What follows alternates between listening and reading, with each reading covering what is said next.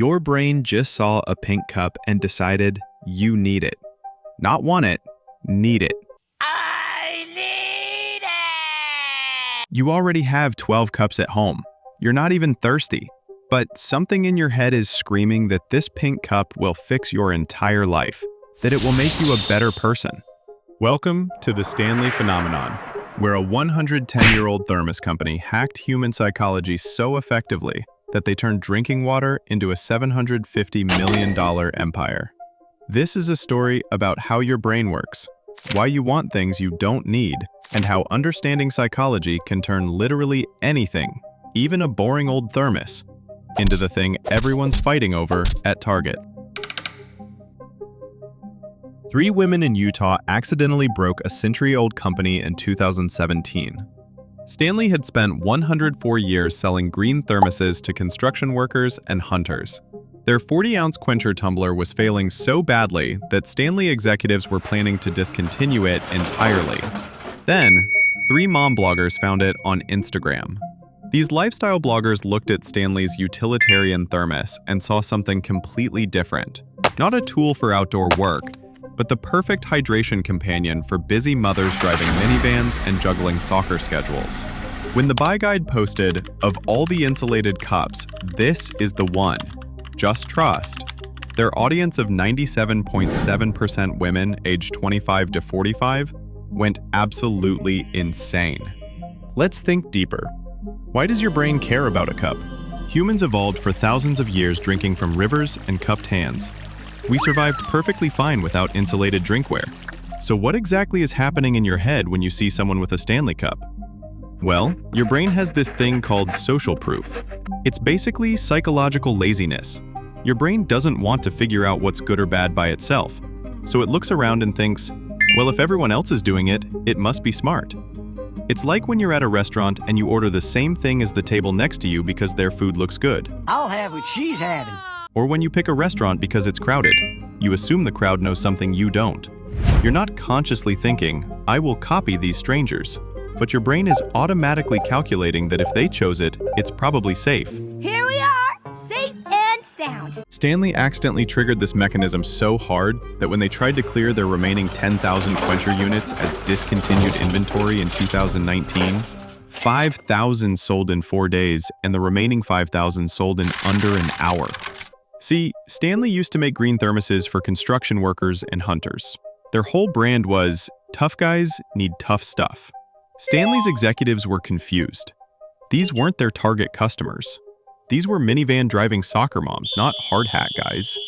But they were buying thermoses faster than Stanley could make them. The numbers tell the whole story. Stanley went from making $70 million in 2019 to $750 million in 2023. That's almost 1,000% growth in 4 years. Not because they invented better cups, but because they stumbled onto the psychological cheat codes that control human behavior. If you weren't aware, you have this ancient survival mechanism called FOMO, fear of missing out. For thousands of years, if everyone else was getting something and you weren't, you might literally starve and die. Academic research shows that FOMO creates pervasive apprehension that others may be having rewarding experiences from which one is absent. Your brain sees other people with Stanley cups and thinks you're missing out on some secret happiness that only comes from drinking water out of a $45 container. Stanley figured out how to weaponize this feeling. They started doing limited edition color drops, not because different colors made the cups work better, but because scarcity makes your brain go absolutely insane with want. Remember the Valentine's Day 2024 Starbucks collaboration? Customers camped outside Target stores at 3 a.m. for pink Stanley tumblers. Physical fights broke out. Resale prices hit $450, nearly 1,000% markup over the $45 retail price. People were fighting over cups.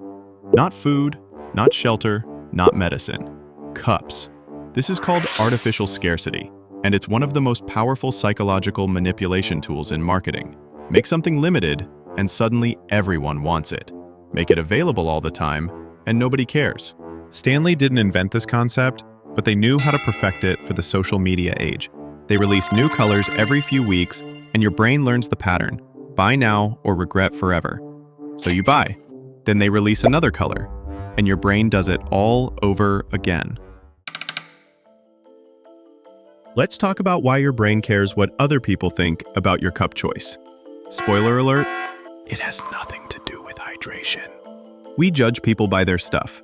You do it, I do it, everyone does it. Your brain looks at what someone carries and instantly decides things about them. Research shows that consumers use brands as vehicles for communicating social position through status consumption and conspicuous consumption. Stanley hits the Goldilocks zone.